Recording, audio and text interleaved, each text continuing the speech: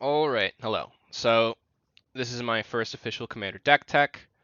I make a lot of decks. I design them usually using my phone, and then I move them over to Moxfield. All card images in this video will be from Moxfield. I used those ones.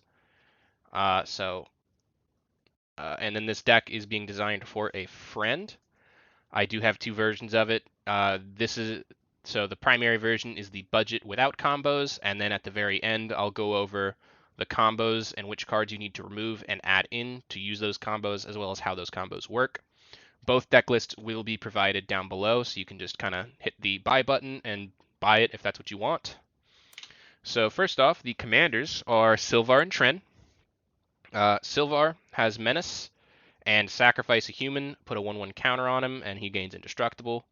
Very useful ability, and it can be used at instant speed. So you can sacrifice your human creatures, and as they're blocking, you got to do that declare blocker step, but that will work. You can also sacrifice them while Silvar is attacking before damage is dealt if you want to boost him up really big. He is a cat in addition to his other creature types, so there's one land that uses that. And then we have Trynn, Champion of Freedom, as our other. She partners with Silvar, and at the beginning of your end step, if you attack this turn, you create a 1/1 white human soldier creature token, which you should typically be attacking specifically with Silvar, but there are two strategies for this, which we'll go over in a sec. This is in Mardu colors for those of you that know the color names. Mardu is red, white, and black combined. So, the strategies, there's two. First, create an army of human creature tokens, and you can use those to either beat down your opponents, or you can feed Silvar as many humans as possible, and defeat them with your opponents with massive amounts of commander damage. He can get big pretty quick, because you could create a bunch of human tokens pretty quick. There's just a little bit of notes below. But you can sacrifice if somebody blocks Silvar with a death touch or something, then you could sacrifice something to make him indestructible so he doesn't die and boost his power. Or if you block with human creature tokens, you can sacrifice them as well and still prevent the combat damage. Our mana base, so we have, for basic lands, we have 6 mountains, 12 plains, and 6 swamps. All of these stats come from the Moxfield deck list, and the mana bases match across the combos and no combo version. So average cost of cards, including lands, is 2 for the mana value, not for the price. The price, this whole deck is under $30, not counting shipping. Most cards are under $1, with a few being slightly over. So back on track, average mana value is 2 for not including lands or 3 for including lands. There are 36 lands in the deck. 17 of them will produce white, 10 will produce black, and 10 will produce red. And the average number of lands in a starting hand is 2.5. You can't really draw half a card, but so it'll be 2 to 3, roughly.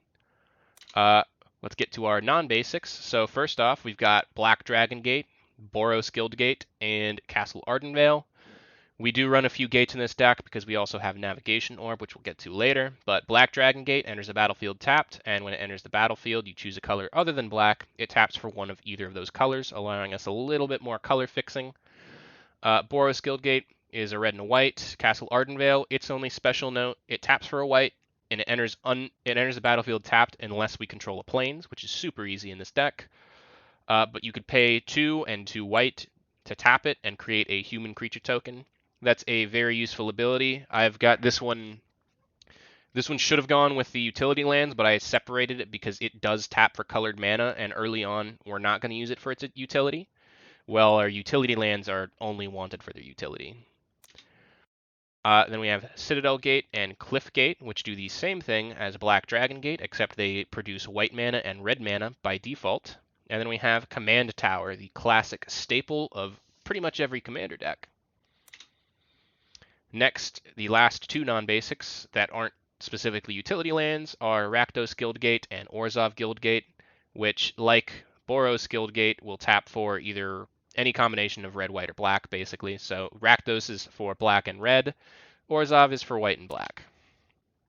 Our utility lands, Animal Sanctuary, because our commander Silvar is a cat, we can use this ability to put a 1/1 counter on him. Basilisk Gate is another source of a pump effect based off of how many gates we get. That one is at sorcery speed, though. We have Myriad Landscape, which is our ramp. It sacrifices it to get 2 basic lands of the same type and put them onto the battlefield, which is always nice, especially when we're not in green. And Rogue's Passage, which will make our Voltron portion of our deck completely unblockable. For non-land mana sources, we have Boros Locket and Orzhov Locket, which tap for red and white and black respectively. And then Mardu Banner, which taps for red, white, and black. All of these can be sacrificed to draw cards. So the Lockets sacrifice for 4 of their respective colors and draw 2 cards. And Mardu Banner sacrifices for red, white, and black and draw a card. Next, we have Lantern of Revealing.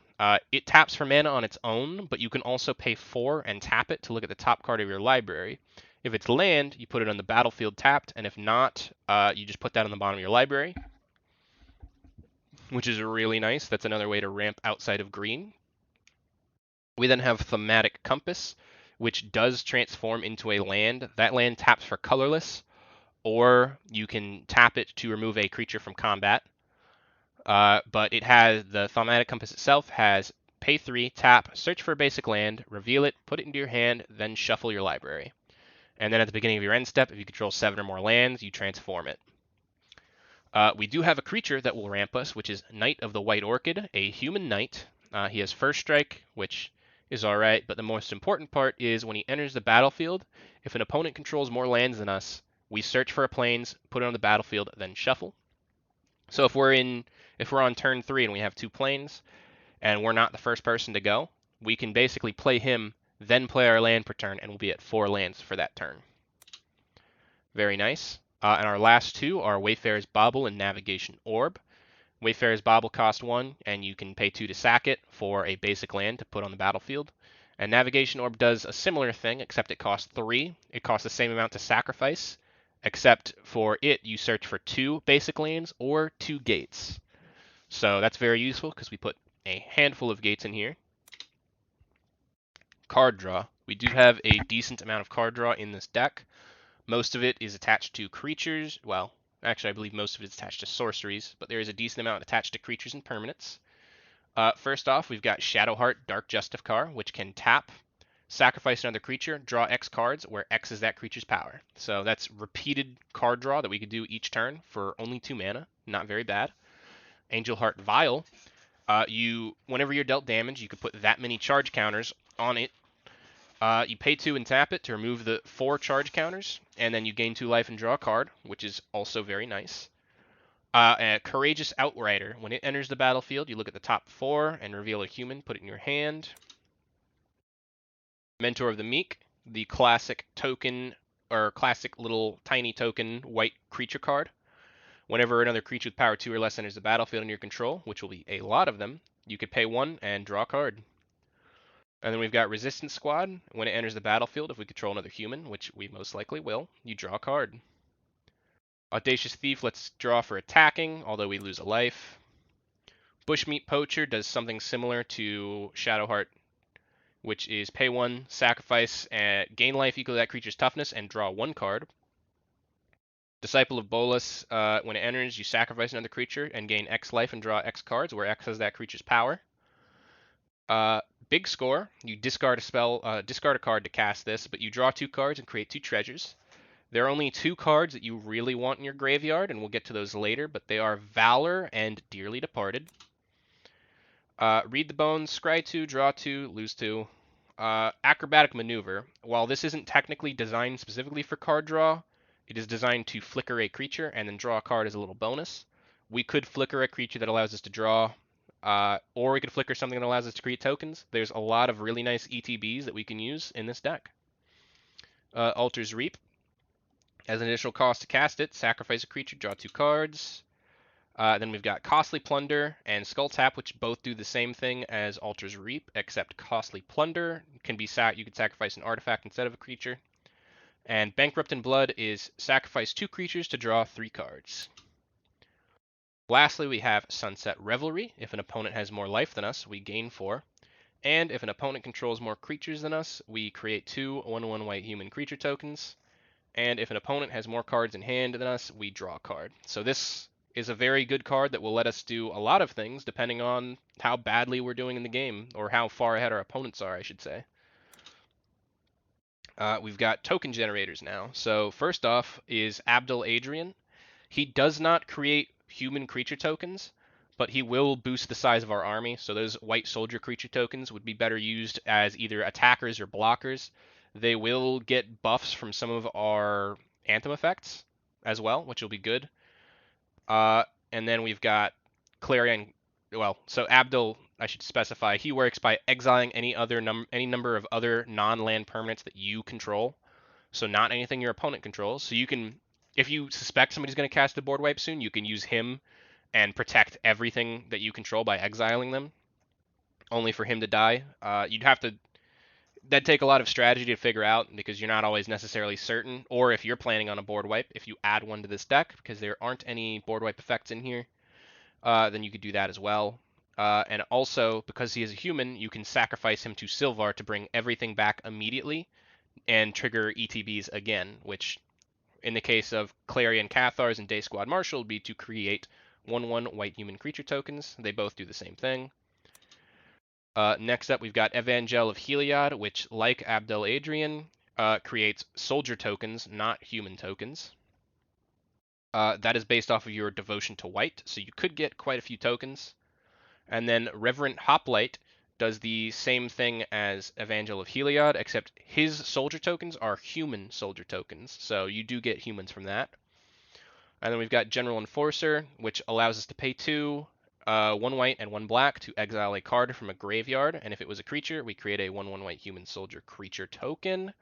And then Legendary Humans, which would be just our commander that we control, have Indestructible. Thraben Doomsaber, you tap it to create a 1/1 white human creature token, and then hopefully you don't need this, but it does have Fateful Hour. As long as you have 5 or less life, other creatures you control get +2/+2. So hopefully you don't have to use that, but it's there. And then we have Worms Crossing Patrol. This one has Myriad, so the token. So when you swing a Myriad creature, you create a number of tokens equal to the amount of opponents you control, and each token is attacking a different opponent. So so you swing it at one opponent, and then you create a token that is a copy of it for each other opponent that is tapped and attacking that opponent. So these tokens are exiled at the end of combat, so they don't die. But what you can do is sacrifice them to Silvar to ramp Silvar very quickly. And because you're sacrificing them, that will trigger any dies triggers, such as with Zathrid Necromancer, which is whenever another human creature you control dies, you create a tapped 2/2 black zombie creature token. The zombies aren't necessarily something that we want a lot of or need, but it is another way of boosting the size of our army and reusing our humans when we can't. We've got Omen of the Sun, which is flash, and it enters creating 2 1/1 white human creature tokens and gaining 2 life. And then we could sacrifice it to scry 2. Outlaw's Merriment and Stenzia Uprising both create tokens at the beginning of combat, or not combat, at the beginning of our. So Outlaw's Merriment is upkeep, and you choose one at random. So you would need to say take a D4 and go 1, 2, 3, and then 4 is just reroll it.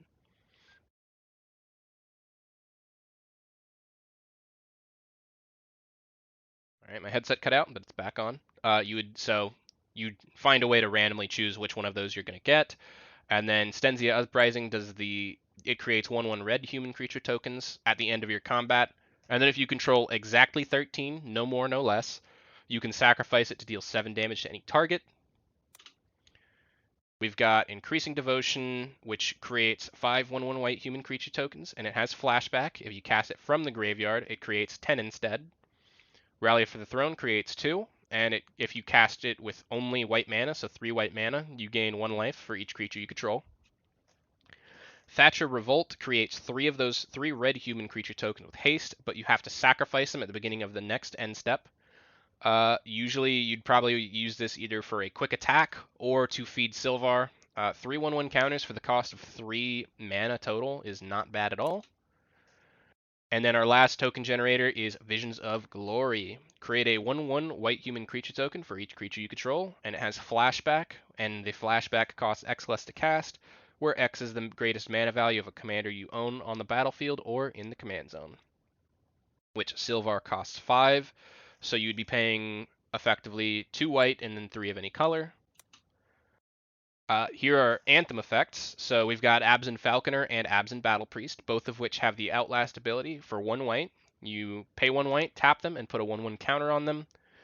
And then they say each creature you control with a 1/1 counter has flying, and each creature you control with a 1/1 counter has lifelink, which will greatly boost Silvar's effectiveness. And there are ways to get 1/1 counters on our other human creatures and human creature tokens. We have Archetype of Aggression and Courage, both of which are human warriors, or humans. One is a human warrior, one is a soldier. Archetype of Aggression gives creatures we control trample, and our opponents lose trample and can't have or gain it. And then Courage does the same thing, but with first strike.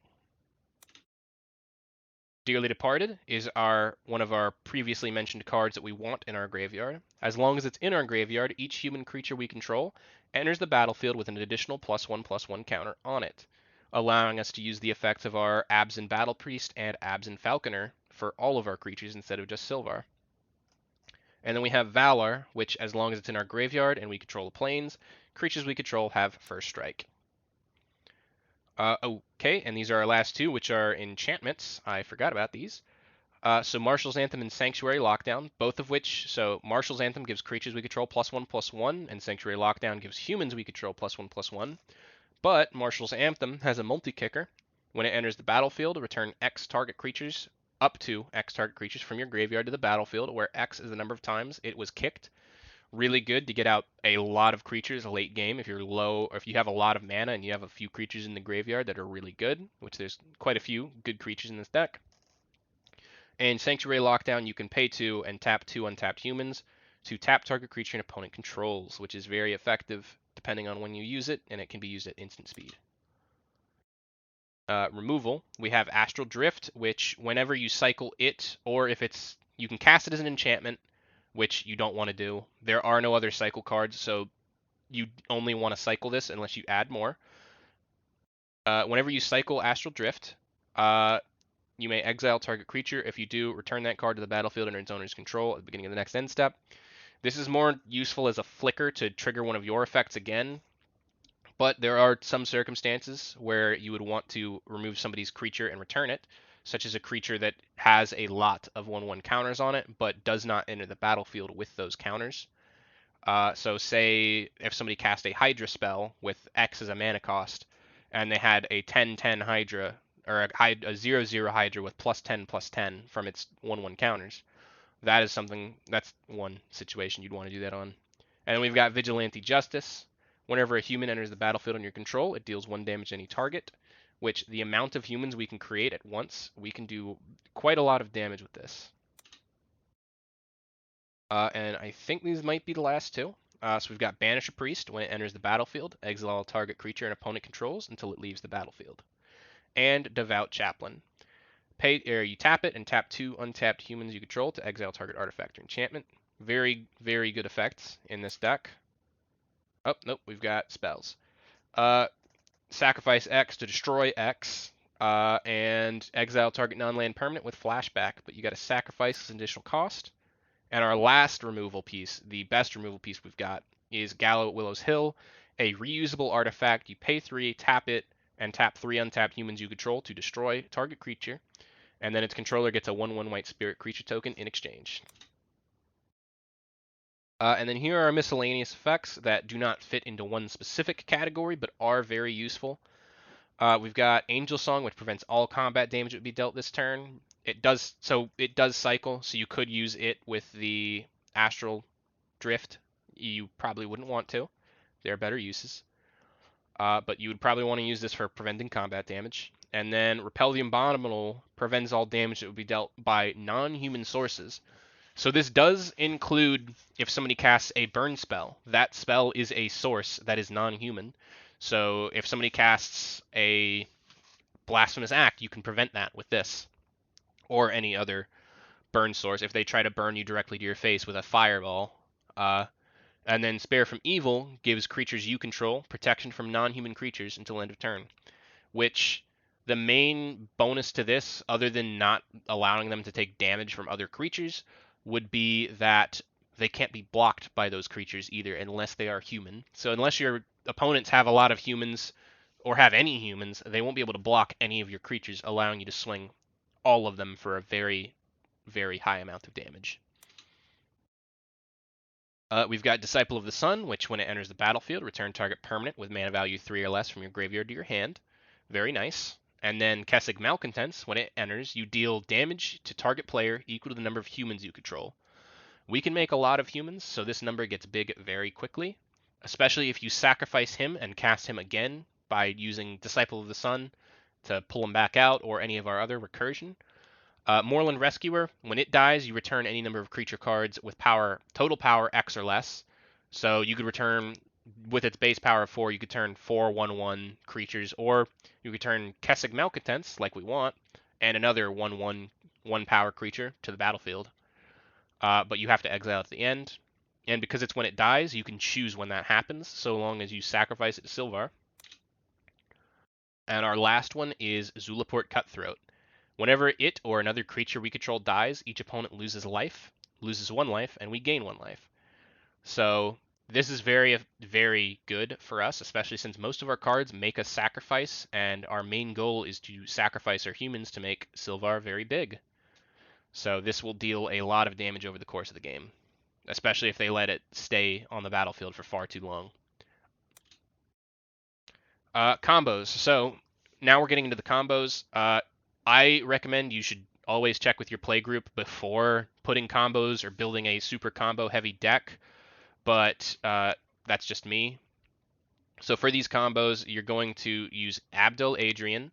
You need to replace Banisher Priest with Fiend Hunter, because Fiend Hunter lets you target your own creatures. Banisher Priest is only other creatures. And you replace Clarion Cathars with Oblivion Ring.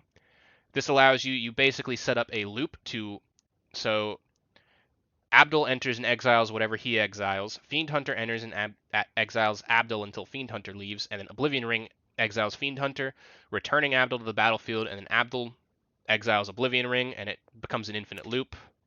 You can create infinite soldier creature tokens with this, or you can trigger any of your other enter the battlefield effects an infinite number of times. We have Day Squad Marshal. So this is the second combo. We replace Day Squad Marshal with Midnight Guard. Whenever another creature enters the battlefield, you untap it. And we replace Moorland Rescuer, which is a very good card, but we replace it with Elemental Mastery. It gives Enchanted Creature tap to create X 1/1 red elemental creature tokens with haste, where X is the number of, or is that creature's power. So this would, putting it on Midnight Guard, which is who we would put it on, we'd create 2. Not that the number matters. But, so you tap him to create tokens, and then the tokens enter the battlefield, and then we untap him. So we can do this an infinite number of times to create infinite 1/1 red hasty tokens, which they're not humans. If you want humans, I would recommend using Splinter Twin, which is slightly more costly. I think Splinter Twin is about $6. But the benefit of having Splinter Twin is that if your opponents are using Pillow Fort effects to block you from swinging a large number of creatures, you can simply buff Silvar to make him very large and then kill your opponents that way, or create an infinite number of creature tokens to sacrifice and then use Zulaport Cutthroat to drain your opponents. But like I said, just make sure you always check with your play group for this. That's my advice. And then the links to these decks will be found down below. I'm trying to do this faster. This is my second attempt recording. The last attempt was at 30 minutes, and it looks like this one's at 24.